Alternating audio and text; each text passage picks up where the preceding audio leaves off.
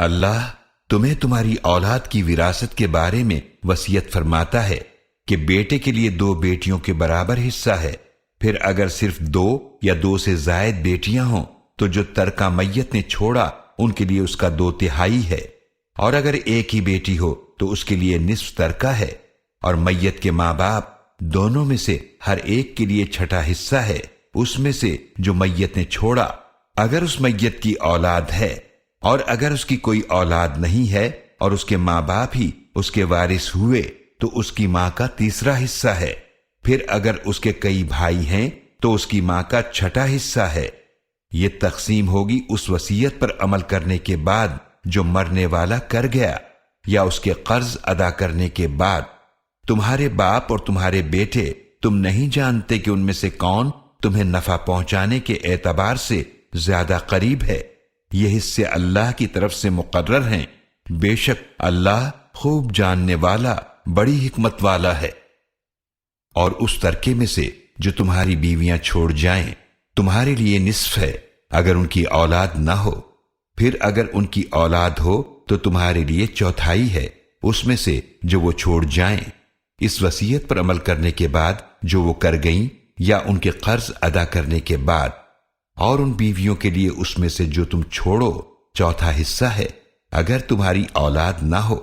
پھر اگر تمہاری اولاد ہو تو ان کے لیے اس میں سے جو تم چھوڑ جاؤ 8واں حصہ ہے اس وصیت پر عمل کرنے کے بعد جو تم کر گئے یا تمہارا قرض ادا کرنے کے بعد۔ اور اگر کوئی مرد یا عورت جس کی میراث تقسیم کرنی ہے کلالہ ہو، نہ اس کے والدین زندہ ہوں نہ اولاد، اور ماں کی طرف سے اس کا ایک بھائی یا ایک بہن ہو، تو ان دونوں میں سے ہر ایک کے لیے 6واں حصہ ہے،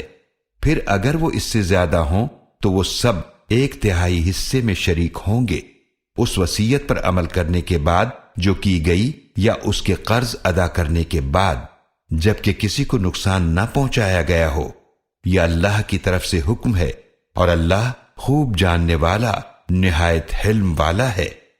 اور تمہاری عورتوں میں سے جو بدکاری کا ارتکاب کریں تو ان پر اپنے مسلمانوں میں سے 4 مردوں کی گواہی لو، پھر اگر وہ گواہی دے دیں تو انہیں گھروں میں روک لو یہاں تک کہ موت ان کا کام تمام کر دے، یا اللہ ان کی رہائی کے لیے کوئی اور راستہ نکال دے۔ اور تم میں سے جو 2 افراد بدکاری کا ارتکاب کریں تو ان دونوں کو اذیت دو، پھر اگر وہ دونوں توبہ کر لیں اور اصلاح کریں تو تم ان کا پیچھا چھوڑ دو، بے شک اللہ بہت توبہ قبول فرمانے والا نہایت رحم فرمانے والا ہے۔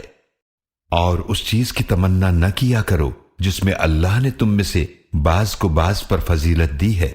مردوں کے لیے اس میں سے حصہ ہے جو انہوں نے کمایا، اور عورتوں کے لیے اس میں سے حصہ ہے جو انہوں نے کمایا، اور اللہ سے اس کا فضل مانگتے رہو، بے شک اللہ ہر چیز کو خوب جاننے والا ہے۔ اور اللہ کی عبادت کرو اور اس کے ساتھ کسی کو شریک نہ کرو، اور والدین کے ساتھ اچھا سلوک کرو، اور رشتہ داروں کے ساتھ، اور یتیموں اور مسکینوں، اور رشتہ دار پڑوسی اور اجنبی پڑوسی،